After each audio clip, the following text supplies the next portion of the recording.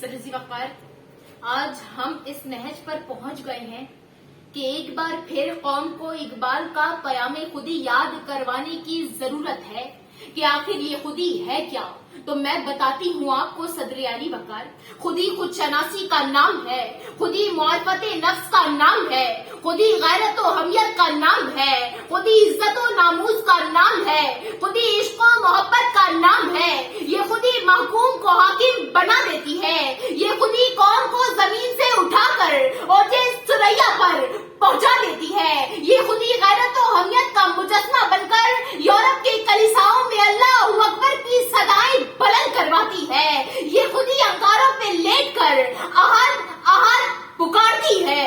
इकबाल कहते हैं कि खुदी के हामिल अफराद सर कटा तो देते हैं मगर किसी के सामने सर झुकाते नहीं। काफिरों के कहर का गुरूर खाक में मिलाना है। अगर अमेरिका, रूस और भारत की रेशा दवाइयों से बचना है तो अपने अंदर खुदी के जज्बे को बेदार कर, दियारे इश्क में अपना मकाम पैदा कर, नया जमाना नई सुबह शाम पैदा कर।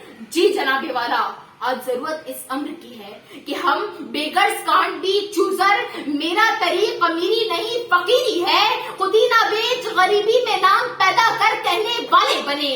आज जरूरत इस अम्र की है कि हम एक दूसरे को गद्दार मकार कहने के बजाय इल्जामात और एक दूसरे को गिराने के बजाय हर फर्द मिल्लत के मुकद्दर का सितारा के मफहूम को समझें। जनाबे वाला, आज एक बार फिर हम महकूम हो गए, हमें ओजे सुरैया से जमीन पे दे मारा है।